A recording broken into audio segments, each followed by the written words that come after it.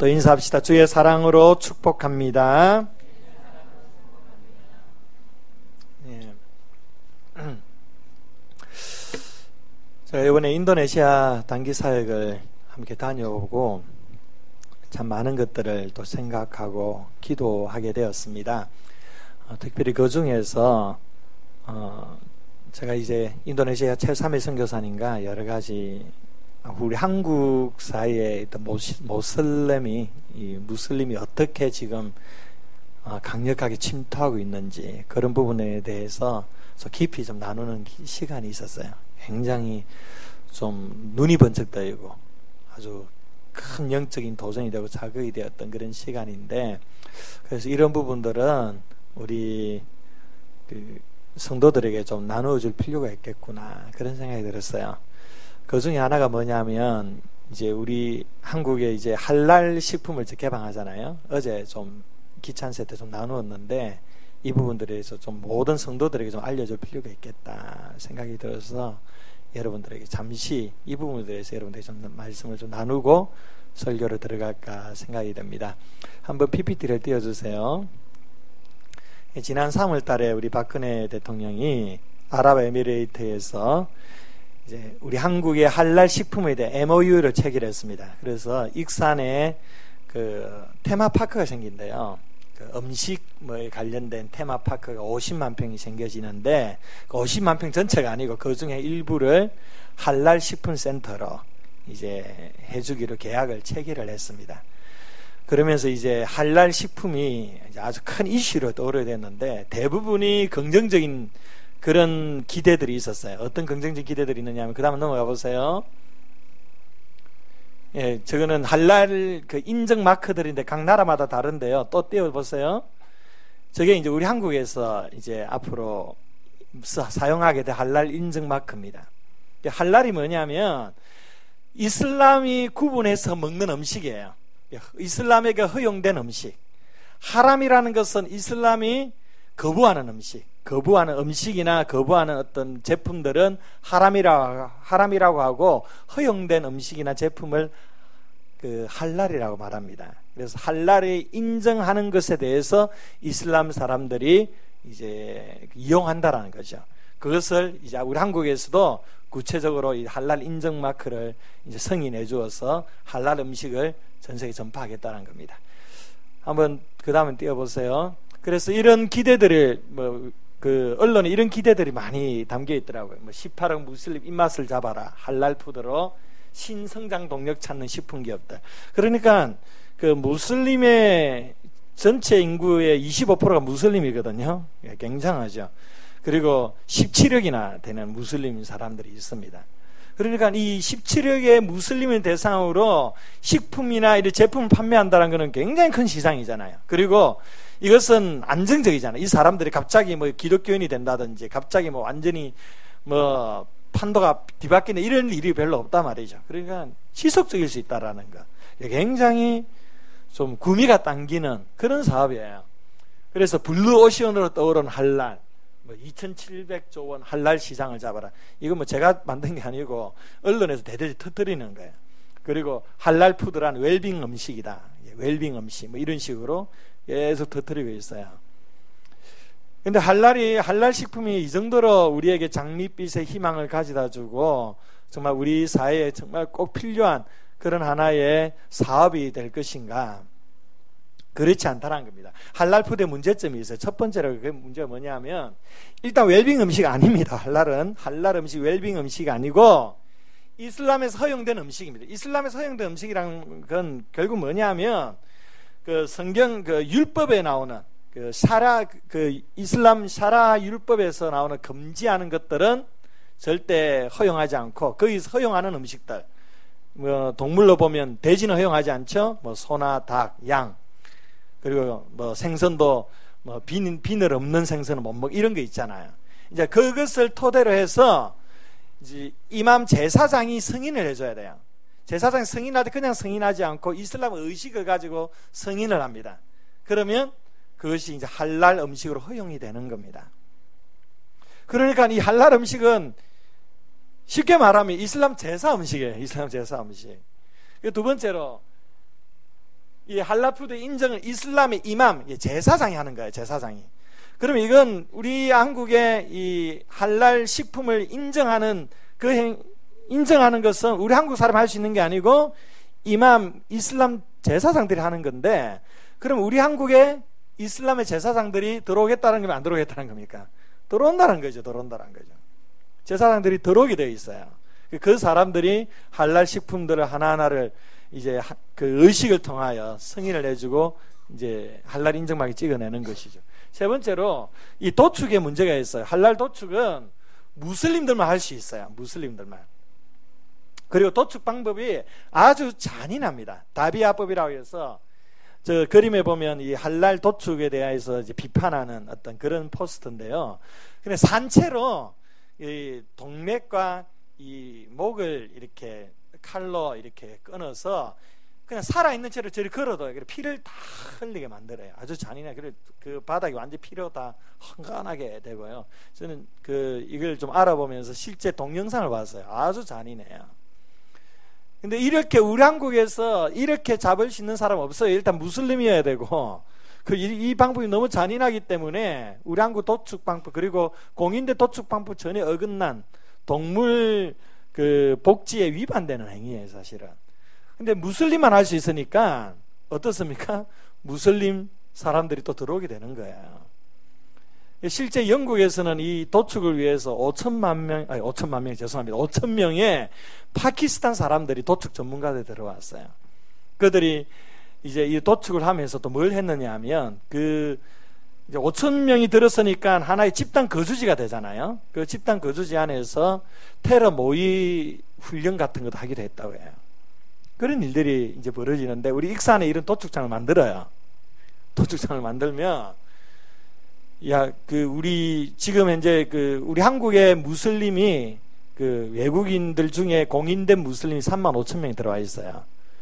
그래서 35,000명이 대표해서 대표자가 이 일자리를 자기들에게 허용해달라고 요구를 지금 하고 있어요. 자기들은 되게 좋은 일자리가 되는 거죠. 그 사람들이 다 하게 될지 아니면 다른 무슬림 나라에서 다시 우리 한국에 들어오게 될지 알 수는 없지만 중요한 건 그렇게 되면 집단 거주지 형성이 되는 거예요. 그리고 이 할랄 음식을 승인하는 그 반경 5km인가 2점 몇 km인가 거기까지는 할랄에 위반되는 어떤 돼지 농장이라든지 허용하지 않는 그런 어떤 제품이나 그런 농장이나 이런 것도 만들어내는 것을 철저하게 엄검합니다. 그러니까 쉽게 말해서 이 도축장이나 이런 할랄 인정하는 이런 센터에서 약 5km 안에는 돼지 농장 이런 거 다 없애버려야 돼요. 거기에 관련된 거 다 없애버려야 돼요. 이런 식이에요. 또 한번 봅시다. 또 할랄시브 테마파크가 익산에 이제 들었었는데, 익산에 들었으면 조금 전에 말씀드렸지만 익산에 이슬람 집단 거주지 형성될 수밖에 없습니다. 그럼 어떤 문제가 생기느냐 하면 이슬람의 남자들은 4명의 철을 둘 수가 있어요. 4명의 철을. 예. 남자분들 좋으시죠? 예, 4명의 철을 둘 수가 있는데 이 사람들이 이제 자기 본국에는 본철을 두고 여기 와서 이제 총각 행사하면서 우리 한국 여자들을 관계할 수 있다라는 거예요. 그런 일들이 실제 비일비재에 벌어지고 있어요, 지금. 그러니까 이 지역 안에서 굉장히 무슬림으로 인하여서 굉장히 혼탁한 일들이 생겨지게 되는 거죠. 이런 문제가 생기고, 5번째로 할랄 지원은 근본적 이슬람 포교의 지하드 후원금으로 쓰여집니다. 여기서 후원금의 수입의 2.5%가 세금으로 나가요. 이 세금이 우리 한국에 주어지는 게 아니고 이슬람에 주어지는 거예요. 그 2.5% 중에 자카트라는 그 세금이 그 이 안에 있는데 그 중에 이제 일부가 지하드에 쓰여집니다. 그러니까 우리 정부가 대놓고 이슬람 포교 활동하는 것과 똑같은 일을 지금 벌어지고 있는 겁니다. 한번 또 봅시다. 이게 이제 지금 이 구호들이 정부에서 내건 구호들입니다. 정부에서 제2의 중동 붐을 잡아라. 옛날 사우디 이런 중동 건설에 우리 노동자들 갔듯이 이 할랄 산업은 제2의 중동붐을 일으킬 수 있는 것이다. 이런 기대를 하고요. 17억 무슬림들이 먹거리를 공급하라. 그 무슬림들이 여행 중 어디서나 쉽게 기도처를 찾을 수 있도록 무슬림 기도처를 늘려라. 지금 이제 우리 한국의 무슬림 임시 기도처가 60개입니다. 60개. 남이섬에도 있어요. 남이섬 레스토랑에 이 무슬림 기도처가 있습니다. 이 기도처를 늘려라는 거예요. 늘려라는 거예요. 그래서 이제는 공항이나 뭐 이런 철도 역사나 공공시설에 무슬림 기도처를 이제 열어내라는 거예요. 왜냐하면 이제 무슬림 사람들이 들어오니까 이제 이 할랄 식품을 말미암아 무슬림 사람들이 많이 들어올 테니까 기도처를 다 이제 더 많이 확보를 시키라는 겁니다. 만약에 우리 기독교 기도처를 공공시설 확충한다 해보세요. 어떤 일이 벌어지겠습니까? 난리 나겠죠. 뭐. 그런데 이슬람은 정부에서 그냥 대놓고 이렇게 하는 거예요, 지금. 그리고 또 할랄 식당 늘리고 전국의 식당 이슬람 친화 정도에다 5개 등급은 나누라. 할랄 전국 식당을 할랄을 기준해서 5등급 나누겠다는 거예요. 할랄을. 우리나라 무슬림으로 간다는 거예요, 지금. 그리고 할랄 전용 도축장을 곳곳에 만들어라. 이게 우리 정부에서 내건 구호들입니다. 정부에서. 그러니까 이 MOU 체결을 했을 때 이런 것들이 다 체결이 됐다는 거죠. 위에 저 그림 보면 무솔라라고 되어 있는데 저게 남이섬에 있는 기도처입니다. 그리고 밑에 좀 이슬람 우리 서울중앙선은 현재 건물이고 이제 터키에서 옆에 저 대건물을 공짜로 지어주겠다고 지금 다 승인이 다 되었어요. 이슬람이 지금 급속도로 들어오고 있는데 그런데 문제는요. 할랄 음식을 규정된 그대로 지키는 이슬람이 많지 않아요. 그리고 기도처를 항상 찾는 무슬림들도 많지가 않아요. 어떤 사람들은 원리주의자들이에요. 이런 사람들은. 그러니까 일반적인 무슬림들은 이렇게 뭐 할랄 음식 이런 거 구분해서 이렇게 먹지도 않고 그냥 다 잘 먹어요. 우리 한국의 무슬림들 아무 문제 없이 다 잘 산단 말이죠. 이슬람 기도처에 제가 이제 인도네시아 공항이나 이런 데 찾아보지만 기도처에 기도하는 사람 별로 없어요. 기도처에 기도하는 사람 별로 없고 그리고 이슬람 나라에는 5번 아잔이라는 방송으로 이슬람 꼬란을 이제 5번이나 하루에 전국으로 방송을 해요. 쭉 읽어요. 우리 이번에 팀들 다 경험을 했는데 그걸 이제 들으면 사실은 어떻게 해야 되느냐 하면 그 자리에서 무릎을 꿇고 아니면 해교 사원에 가서 기도하는 이렇게 해야 되는데 안 그래요. 다들 그냥 보시면 알겠지만 그 소리 들려도 자기 할 일 다 하고 있어요. 할랄 음식을 철저하게 지키는 사람은 무슬림에서도 몇 안 됩니다. 기도처를 항시 이용하는 사람들도 무슬림 제사장이라든지 아니면 정말 원리적 근본주의자들이 이런 걸 이용을 하지 일반 무슬림들이 이런 걸 전혀 이용하지 않아요. 그러면 결국 이런 걸 확충하면 어떻게 된다는 겁니까? 결국은 기존 이렇게 일반적인 이슬람 사람들에게 민감하게 사람들이 막 찾아오기보다는 강성 이슬람들이 원리주의자들이 더 찾아올 가능성이 많게 되는 거죠. 아주 심각한 일입니다. 이게 경제 논리로 풀어서는 안 되는 문제예요. 수쿠크법 채권, 수쿠크법도 뭐 이자가 싸니까 우리가 무조건 이용하자면 되는데 수쿠크법을 채권을 이용하는 순간 이슬람의 샤라하법을 따라야 됩니다. 이슬람의 샤라하법은요, 그 나라의 법보다 더 위에 있습니다. 이슬람 나라에는 그 나라의 법보다 샤라하법이 더 존중돼요. 그 샤라하법이 우리 한국에 적용이 돼야 됩니다. 수쿠크법을 채권을 빌리게 되면. 이 경제 논리를 생각해서는 안 되는데 정부에서 지금 이제 엉뚱한 짓을 하고 있는 거예요. 지금 이거 심각한 일이에요. 그러니까 무슬림이 우리 한국에 들어줄 수 있는 교두보로 완전히 다 마련이 되는 거예요. 2020년까지 무슬림이 우리 한국을 무슬림 나라로 만들겠다라는 목표를 가지고 있는데 이게 하나하나 지금 진행되고 있는 거예요. 여러분들이 이걸 좀 깨어 있어야 돼요. 이제 무슬림이 우리 생활 깊숙이 들어올 날이 얼마 남지 않았어요. 우리가 정말 기도 많이 해야 되고 그리고 이럴 때일수록 하나님의 역사를 우리가 간절히 구해야 될 때인 줄 믿습니다. 이런 위기가 올 때에 이 위기가 또 하나님이 일하실 수 있는 또 다른 새로운 기회인 줄 믿고요.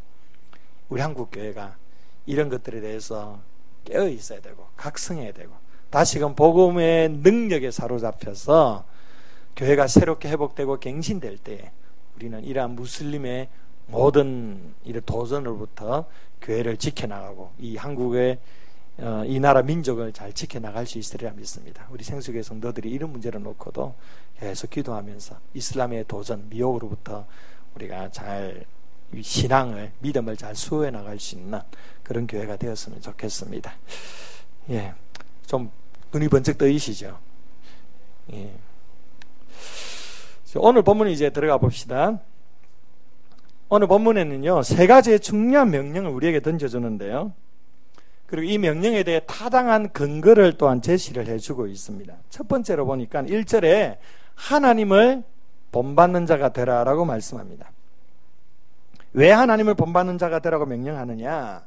하나님의 사랑을 받는 자녀이기 때문이다. 이렇게 기록하죠. 여러분은 하나님의 사랑을 받는 자녀인 줄 믿으십니까? 믿으세요?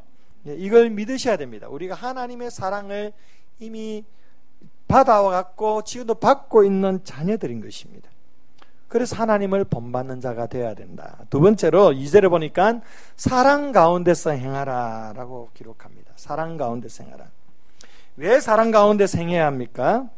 그리스도께서 우리를 사랑하셨기 때문입니다.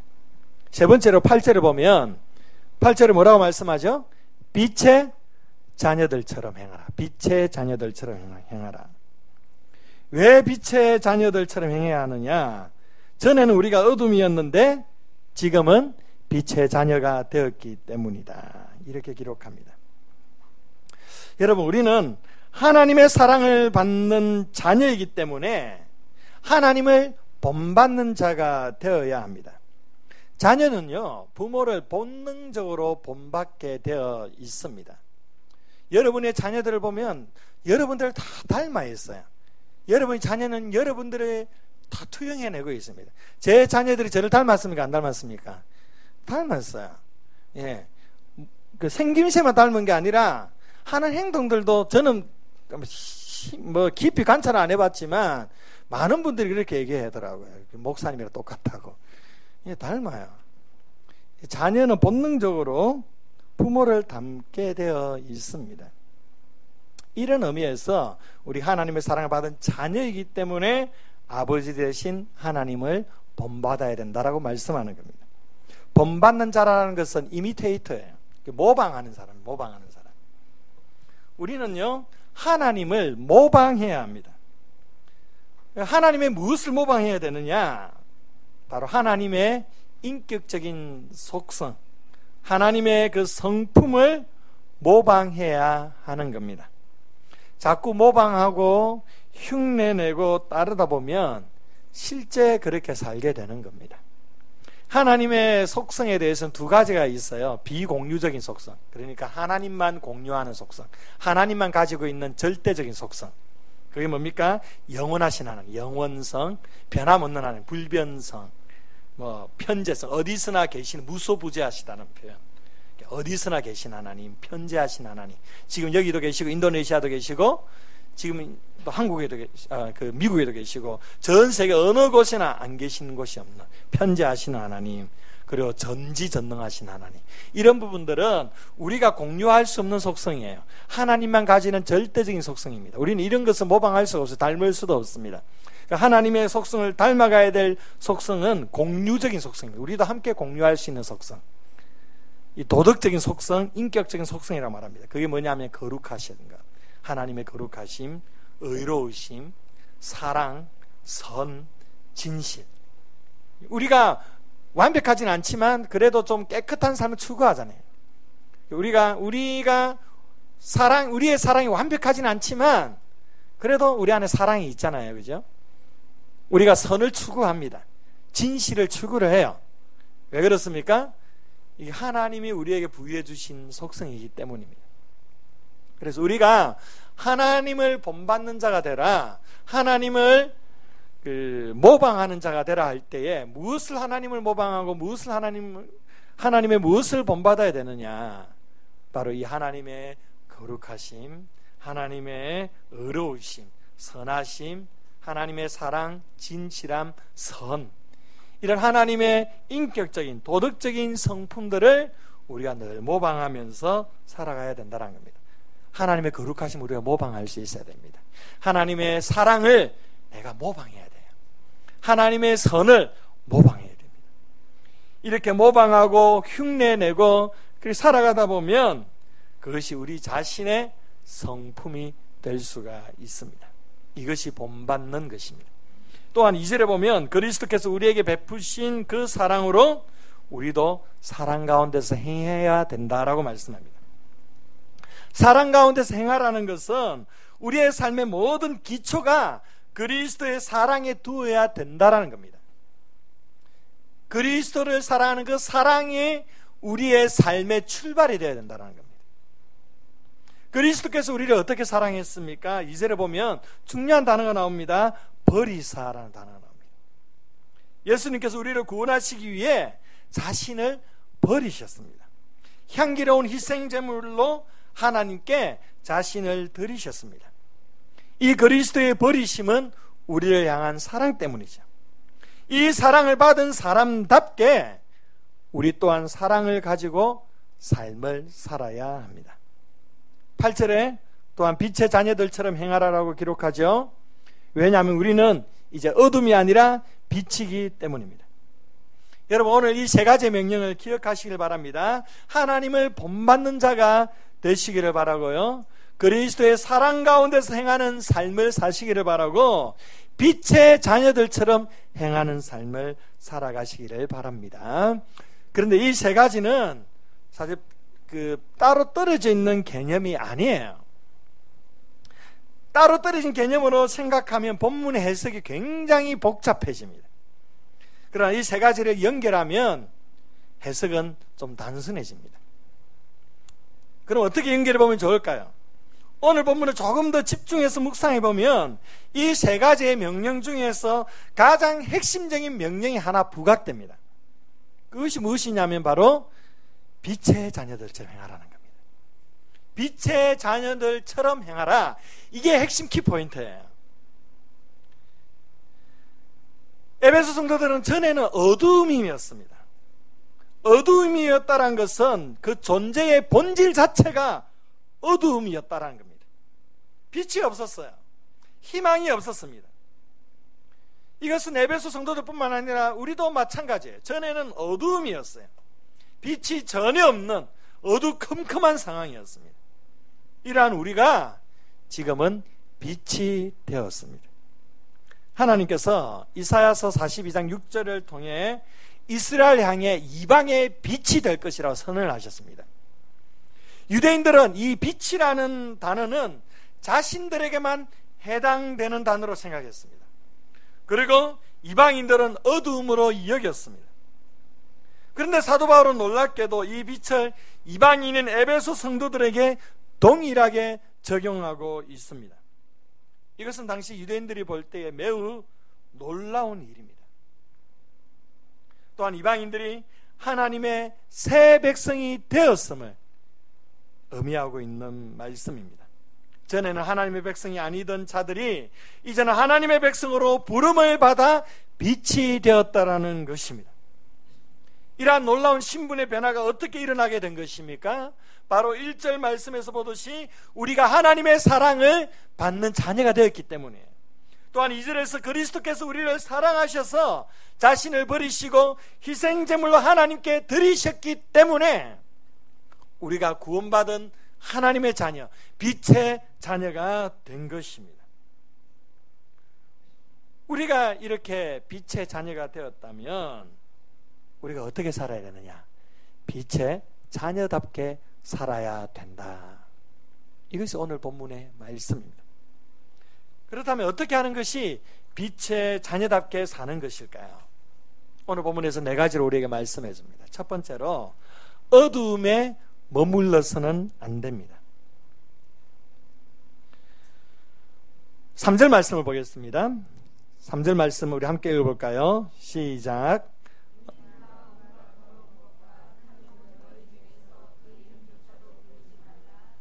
성도에게 마땅한 바니라. 음행과 온갖 더러운 것과 탐욕을 이름조차도 부르지 말아라. 여기서 음행, 더러운 것, 탐욕 이런 것이 어두운 삶을 말합니다. 어두움에 속한 삶입니다. 음행이 무엇입니까? 바로 부도덕한 성행입니다. 성적인 욕망을 말합니다. 부부관계를 벗어난 모든 성적인 욕망들, 이것이 음행입니다. 온갖 더러운 것이 뭐죠? 아카다르시아 파사라는 단어인데요, 이 온갖 더러운 것을 마태복음 23장 27절에 죽은 사람의 썩은 시체를 말할 때 이 단어를 사용했습니다. 냄새 나는 거예요. 아주 악취가 나는 그런 더러운 것. 이것은 곧 음행을 포함한 모든 도덕적인 불결함을 말하는 겁니다. 도덕적인 부정과 불결한 상태, 이걸 온갖 더러운 것이라 말합니다. 그리고 탐욕이죠. 탐욕은 자기 만족을 추구하는 모든 육체적인 욕망을 말합니다. 이러한 음행이나 더러운 것이나 탐욕을 이름조차 불러서도 안 된다라고 말씀합니다. 왜 이 음행과 더러운 것과 탐욕이 큰 문제가 되는지 아십니까?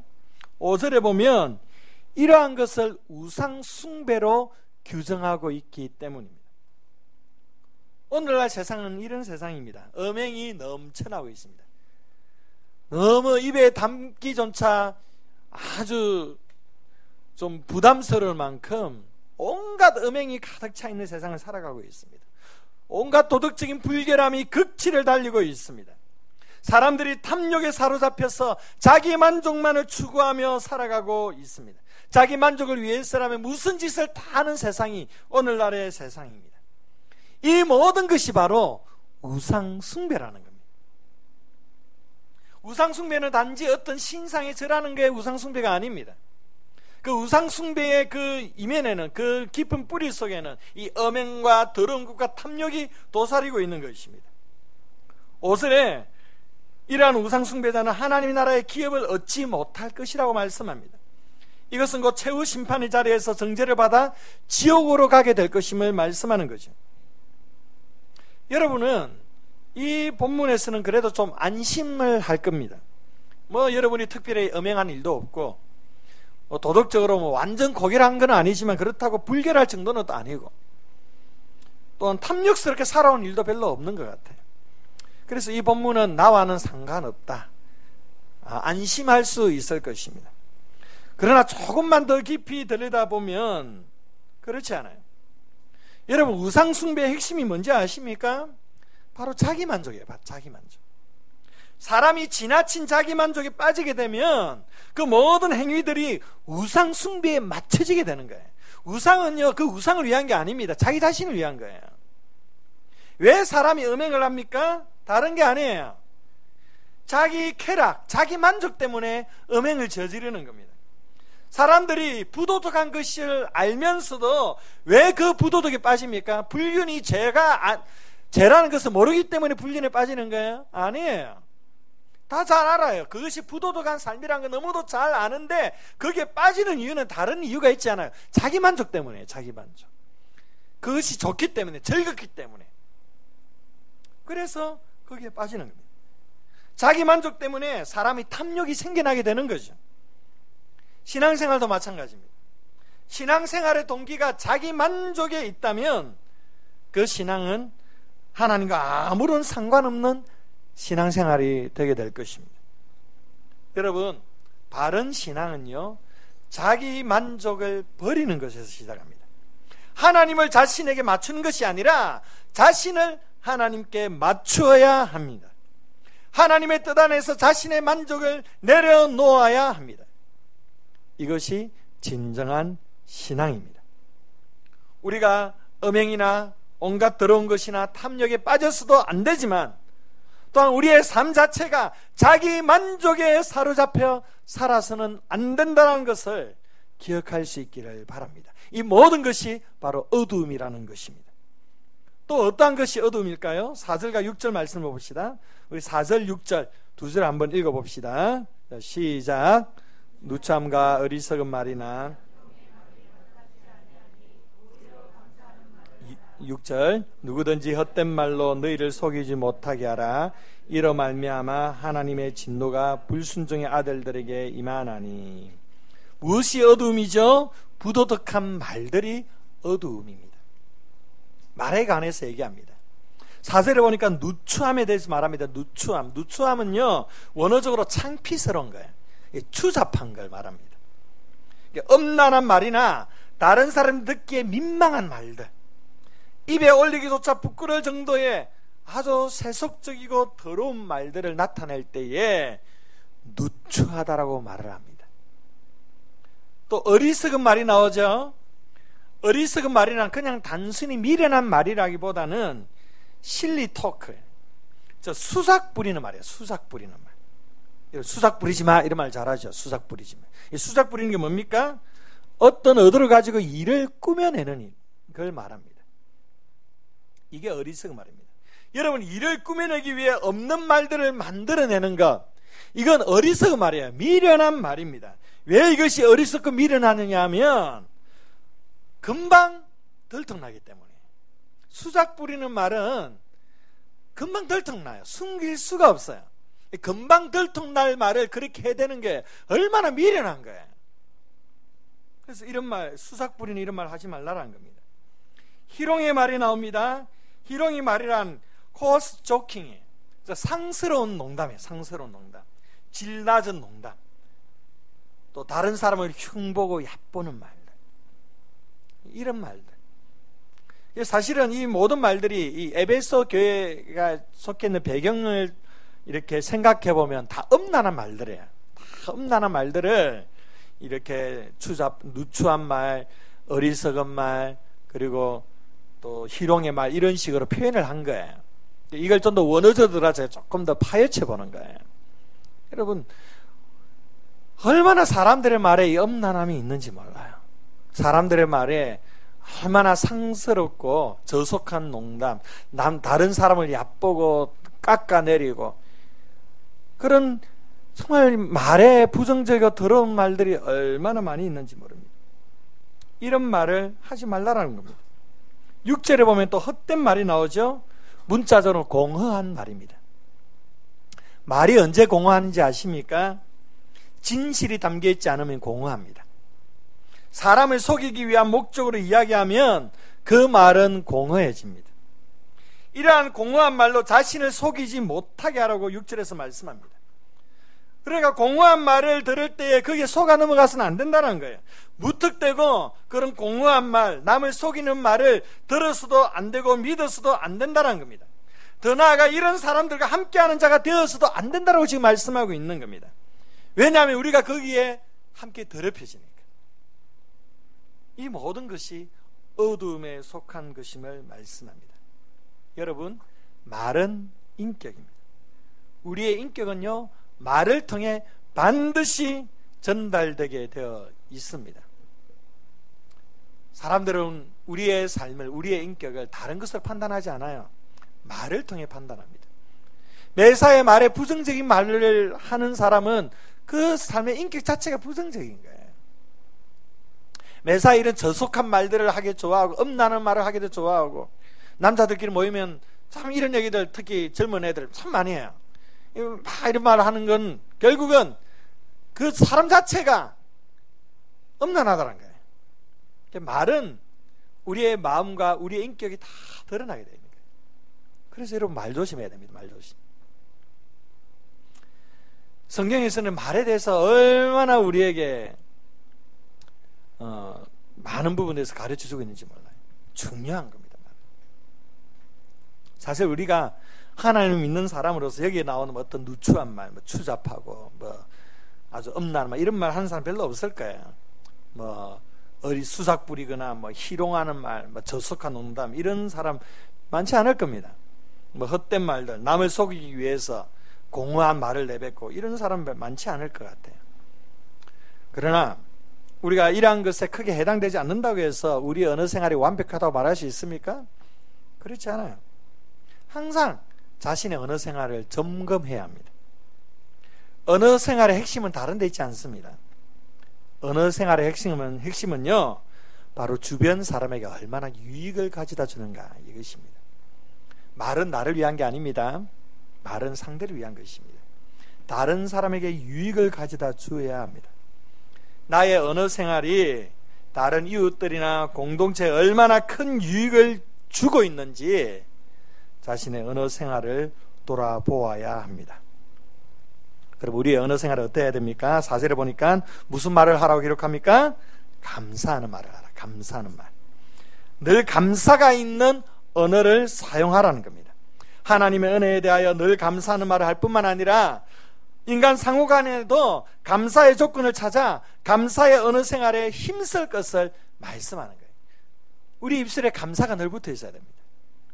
우리 옆에 분에게 한번 인사합시다. 내 옆에 앉아주셔서 너무 감사합니다. 예. 우리 민주는 뭐 얘기할 사람이 없네. 예. 늘 감사하세요. 감사. 감사의 거리를 찾아서 늘 감사하는 말을 하라는 겁니다. 이 감사의 말이 우리의 삶을 새롭게 하는 것입니다. 두 번째로 빛의 자녀답게 살기 위해서는 빛의 열매를 맺는 삶을 살아야 됩니다. 9절 말씀을 봅시다. 9절 말씀을 보면 빛의 열매는 모든 착함과 의로움과 진실함에 있느니라. 이 빛의 열매라는 것은 주 안에서 빛이 된 성도들의 삶에서 구체적으로 나타나야 되는 행실이나 행동을 가리킵니다. 그 열매가 무엇이냐? 첫 번째로 착함입니다. 착함. 헬라어로 아가소스네라는 단어입니다. 영어로 굿이에요. 굿. 굿니스. 굿. 선하다라는 겁니다. 그 갈라디아서 5장에 나오는 성령의 9가지 열매에서는 양선으로 표현합니다. 양선. 빛의 열매는 착한 행실, 선한 행실을 말합니다. 이것은 다른 사람을 향해 어질고 관대한 모든 행실을 가리키는 거죠. 여러분, 예수 믿는 사람은요, 착해야 합니다. 요즘은 착하면 세상 못 산다 이런 말들이 많은데 아니에요. 예수 믿는 사람은 착해야 됩니다. 예수 믿는 사람이 아주 독하다, 성질이 고약하다, 악착 같다, 못됐다 이런 소리 들으면 안 되는 거예요. 여러분, 찔리는 분이 있으시죠? 예수 믿는 사람이 이런 소리 들으면 안 돼요. 예수 믿는 사람이 더해 이런 말 들으면 안 돼요. 예수 믿는 사람은요, 착해야 됩니다. 유순해야 됩니다. 선을 베푸고 인정을 베풀 줄 알아야 됩니다. 자기가 손해볼 줄도 알아야 됩니다. 이게 빛의 열매입니다. 착한 사람이 실패하는 것 같지만 결국 하나님 앞에 의롭고 착한 사람이 성공하게 되어 있습니다. 두 번째로 의로움이죠. 의로움. 다카요 시네, 불의를 버리는 겁니다. 하나님의 의를 따르는 올곧은 삶을 말합니다. 여러분, 착하고 선한 것이 불의에 대해 눈을 감고 용납해 주는 거 의미하는 게 아닙니다. 다 착하다고 해서 불의를 보고 뭐 괜찮겠지, 그냥 내가 사랑해야 되니까 이렇게 해서 그냥 용납해 줘, 덮어줘, 이게 착한 게 아니에요. 이런 걸 말하는 게 아니에요. 우리는 하나님의 의를 추구해야 됩니다. 하나님과 사람들 앞에서 하나님의 법의 기준을 따라 믿음으로 행하는 삶을 살아야 됩니다. 하나님의 의가 우리의 삶의 기준이 되어야 합니다. 세 번째로 진실입니다. 진실이란 알레데이아, 진리를 말합니다. 진리. 성경의 말씀의 진리를 말하는데, 그러나 진실이라고 표현한다고 해서 잘못된 건 아닙니다. 거짓된 말이나 행동이 아니라 진실된 말과 행동을 보여야 합니다. 이것이 빛의 열매입니다.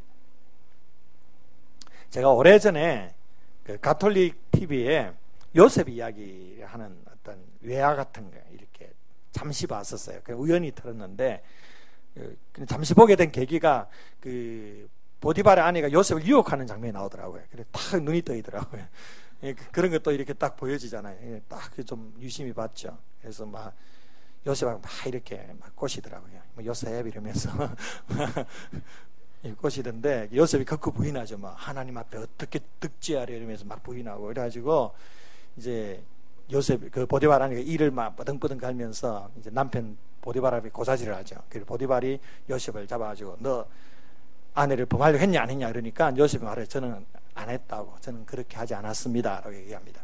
그리고 난 다음에 감에 가두었고, 이제 밤에 이 보디발과 보디발 아내의 대화가 이제 이어지는데, 이때 보디발 아내에게 이런 말을 했어요. 요셉이 하는 모든 말은 다 진실이야. 당신이 꼬셨지. 이러면서 그 다음에 은혜스럽지 않는 좀 예, 그래서 이제 다른 데로 이제 돌려버렸어요. 저는 그 말이 뇌리에 그냥 강하게 남아있어요. 지금까지 거의 수년 전의 일인데, 요셉이 하는 말은 다 진실이야. 여러분, 예수 믿는 사람은 이런 말을 들어야 돼요. 내가 하는 말은, 김 지사가 하는 말, 이 집사가 하는 말, 박 권사가 하는 말, 예, 특정한 사람에게 말할 지장이 아닙니다. 예, 그 말은 다 진실이에요. 이게 예수 믿는 사람이에요. 예수 믿는 사람은 예수 믿는 그 자체가 신용이 돼야 됩니다. 이게 빛의 열매입니다. 착함과 의로움과 진실함. 이 열매를 맺을 수 있기를 바랍니다. 이런 빛의 열매를 맺기 위해서는 어떻게 해야 되느냐? 10절 말씀에 주를 기쁘시게 할 것이 무엇인가 시험하여 보라. 주를 기쁘시게 할 것이 무엇인가 시험하여 보라. 빛의 열매를 맺기 위해서는 주를 기쁘시게 할 것이 무엇인지 시험해 보아야 된다는 겁니다. 여기서 시험해 보라는 것은 스스로 열심히 시험하고 조사하고 연구해서 입증해 보여라는 겁니다. 예수님이 바리새인들을 향하여 외식하는 자여 너희가 천지의 기상은 분간할 줄 알면서 어찌 이 시대는 분간하지 못하느냐라고 말씀하셨을 때에 이런 의미를 사용했습니다. 분간하는 것. 우리 자신의 삶 가운데 정말로 하나님이 기뻐하시는 모습이 있는지 한번 살펴보라는 겁니다.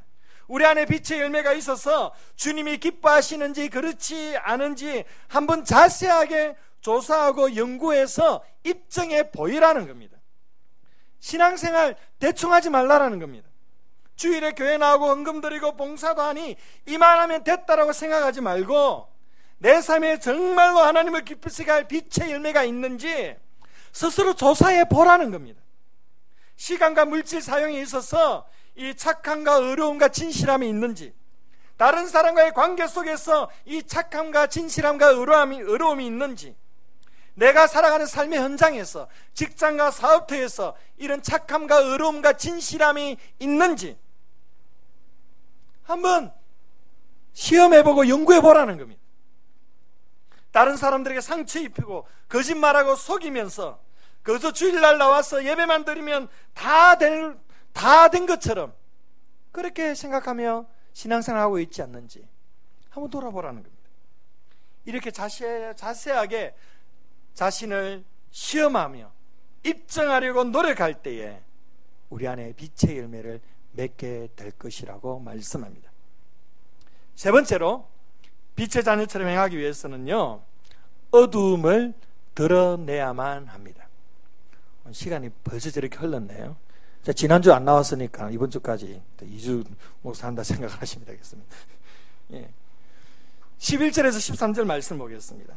우리 함께 읽어볼까요? 11절에서 13절 시작.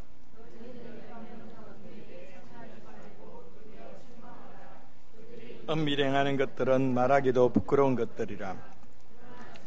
모든 것은 빛으로 말미암아 드러나나니 드러나는 것마다 빛이니라. 여기에 보니까 열매 없는 어둠의 일에 참여하지 말라라고 되어 있습니다. 참여한다는 것은 영어로 펠로우십을 말합니다. 펠로우십. 어둠의 일과 교제하는 걸 말해요. 교제하는 거.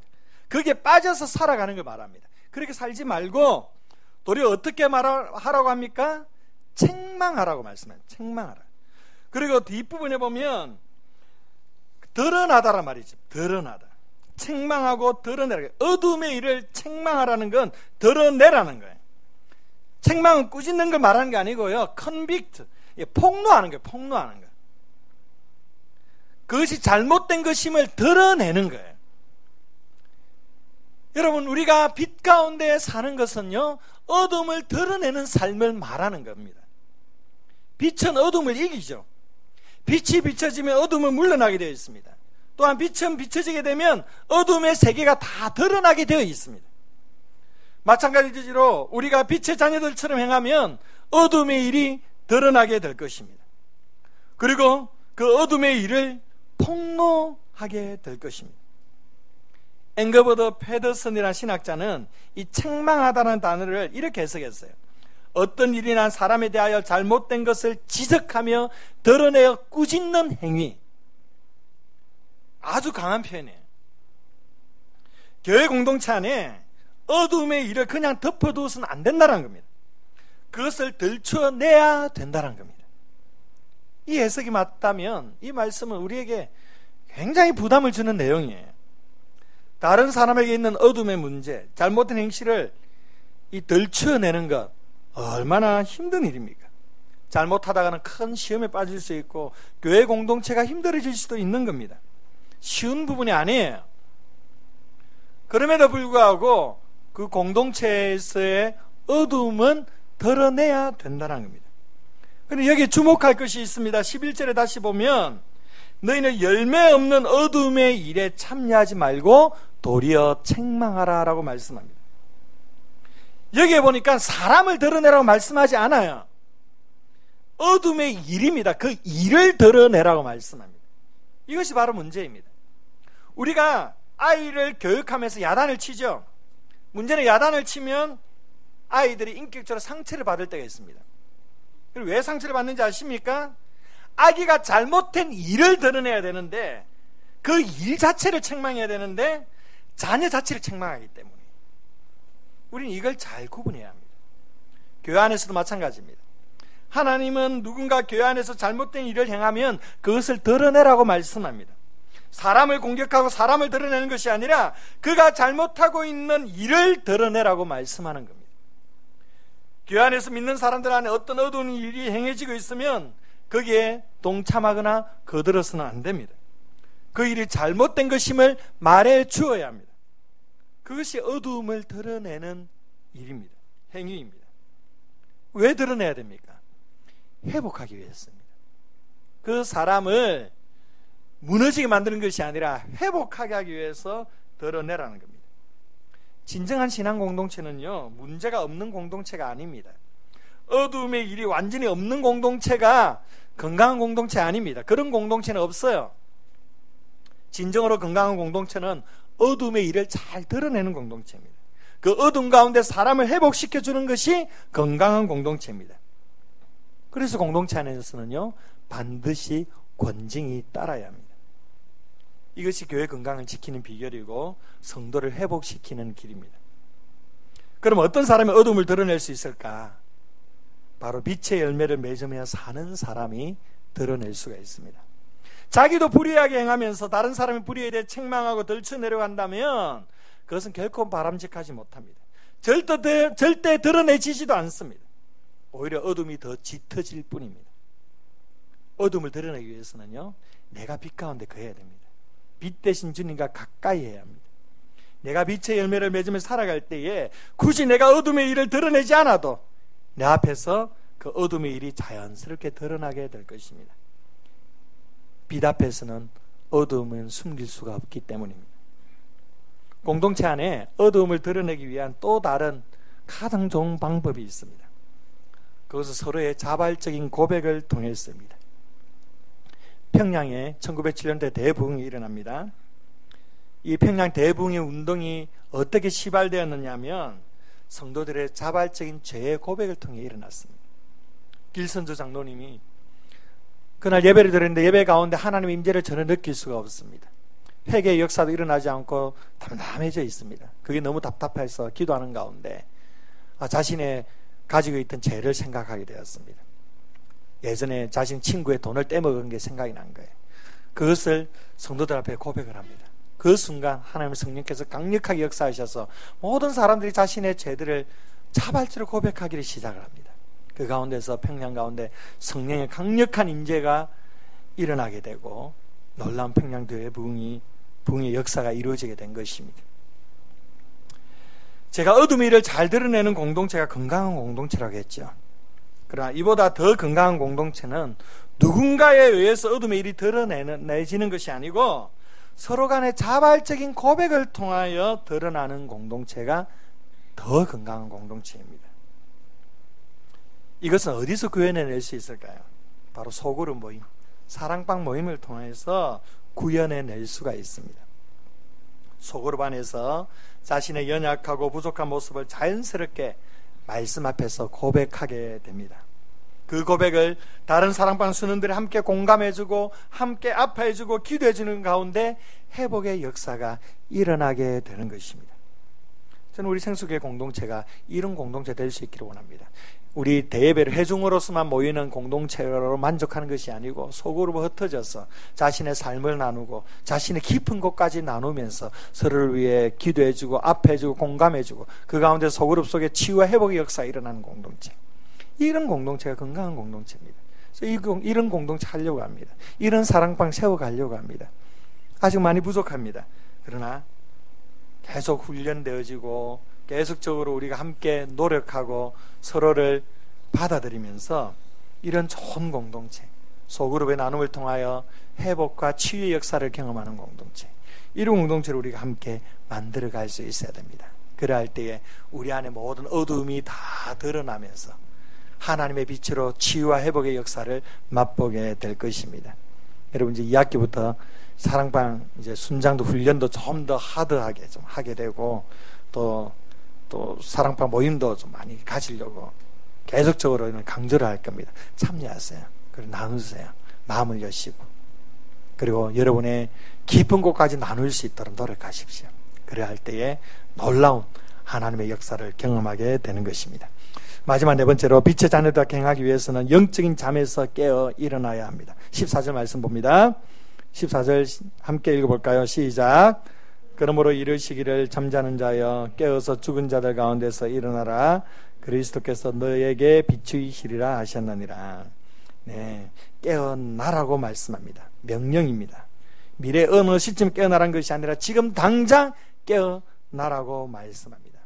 우리가 빛의 자녀인데 늘 영적으로 잠자고 있기 때문에 이 빛을 비추어 주지 못하고 있는 것입니다. 이제 우리는 영적인 잠에서 깨어나야 합니다. 그럴 때에 주의 빛이 우리 가운데 비추어지고 그 빛을 밝히 드러내는 그런 복된 삶이 될 것입니다. 이 빛 가운데 행하면 모든 인간관계가 회복될 것입니다. 우리가 빛 가운데 행하면 가정이 회복되고 공동체가 새로워지게 될 것입니다. 주님께서 예배하신 수많은 축복을 이 땅 가운데 누리며 살아갈 수 있게 될 것입니다. 어제 강복 70주년을 맞이했죠. 그래서 여전히 국가적으로 어려운 상황 속에 있습니다. 국제정세는 여전히 불안하고 영적으로는 더 혼탁해지고 있고, 초반에 나누었지만 이슬람은 급속도로 우리에게 도전해오고 있는 그런 어두운 시대를 살고 있습니다. 이러한 어두운 시대를 깨뜨릴 수 있는 유일한 비결은 하나님의 자녀들이, 그리스도인들이 빛 가운데 행하는 것입니다. 저와 여러분 모두가 다 주님의 빛 가운데 행하시는 복된 믿음의 삶이 되시기를 주의 이름으로 축복합니다. 우리 함께 기도합니다. 살아계신 아버지 하나님,